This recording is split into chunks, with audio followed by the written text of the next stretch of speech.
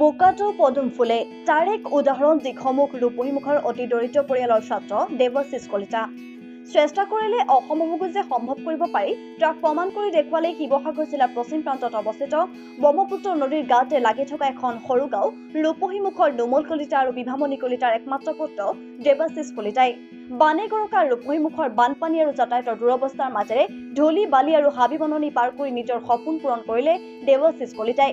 আৰ্থিকভাৱে দুৰ্বল পিতৃ নোমল কলিতাই অতি কষ্টৰে পঢ়া শুনাৰ দায়িত্ব বহন কৰা পুত্ৰৰ সফলতাত উৎফুল্লিত দেৱশিষ কলিতাৰ পিতৃ আৰু মাতৃৰ লগতে গাঁও আৰু মহাবিদ্যালয়ৰ অধ্যক্ষসকলো।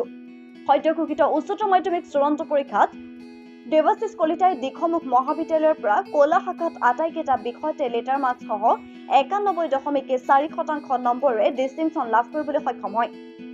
শিৱসাগৰ জিলা অতি পিছপৰা অঞ্চল ৰূপহীমুখৰ পৰা স্কুলীয়া শিক্ষা সাং কৰি 2022 বৰ্ষৰ হাইস্কুল শিক্ষান্ত পৰীক্ষাত 77.83% নম্বৰেৰে জিলিকি পুনৰ 2024 উচ্চতৰ মাধ্যমিক চূড়ান্ত পৰীক্ষাত 91% নম্বৰে সমগ্ৰ অঞ্চলটোলৈ গৌৰৱ কঢ়িয়াই আনিবলৈ সক্ষম হয়। ভৱিষ্যতে তেওঁ এজন প্ৰশাসনিক বিষয়া হোৱাৰ কথা ব্যক্ত কৰে। লগতে নিজৰ গাঁওখনৰ হৈও কাম কৰি যাব বুলি কয়। তেখেতৰ এই যাত্ৰাৰ বিষয়ে তেওঁ আৰু পিতৃ মাতৃয়ে কি ক'লে শুনোৱা হওক। মই মোৰ প্ৰাথমিক শিক্ষা 264 নম্বৰ ৰূপহীমুখ কুমাৰ প্ৰাথমিক বিদ্যালয়ৰ পৰা গ্ৰহণ কৰিছিলোঁ।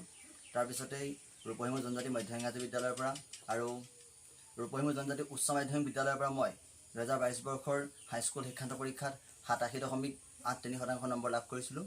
তাৰপিছতে দিখমুখ মহাবিদ্যালয়ৰ পৰা মই উচ্চতৰ মাধ্যমিক চূড়ান্ত বৰ্ষৰ পৰীক্ষাত কলা শাখাত 91.40% নম্বৰ লাভ কৰিবলৈ সক্ষম হৈছোঁ। পোনপ্ৰথমেই মই মোৰ মা দেউতাক বিশেষভাৱে ধন্যবাদ জ্ঞাপন কৰিম, কিয়নো মা দেউতাই সৰুৰে পৰা মোৰ লগত যিদৰে লাগি আছিলে আৰু সৰুৰে পৰাই মোৰ পঢ়া পাতিৰ লগত তেখেতসকলে মোক বিশেষভাৱে সহায় কৰিছিলে।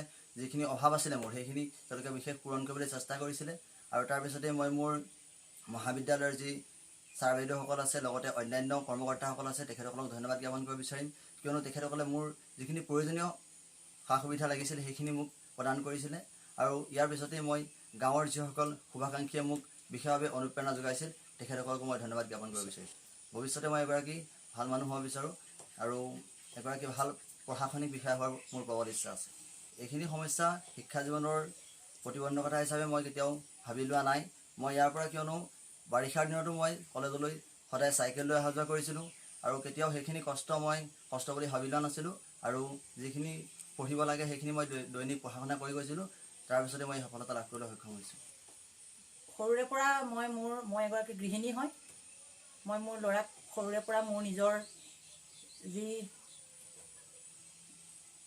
গৃহিণী কক্ষ তাত মই সদায় তাৰ পঢ়াৰ প্ৰতি লক্ষ্য ৰাখিছিলোঁ, ওচৰত কাষত বহাই লৈছিলোঁ আৰু প্ৰতি মুহূৰ্ততে তাক মই পঢ়াৰ যত্ন লৈছিলোঁ।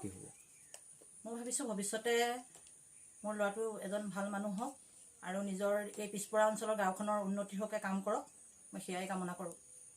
দেৱশিষ কলিতাৰ এই আশা পূৰণ হওক আৰু তেওঁ আগুৱাই যাওক তাৰে কামনা কৰি আমাৰ চেনেলৰ পৰা থাকিল বহু শুভকামনা। নিউজ ডেস্ক সংবাদ 365।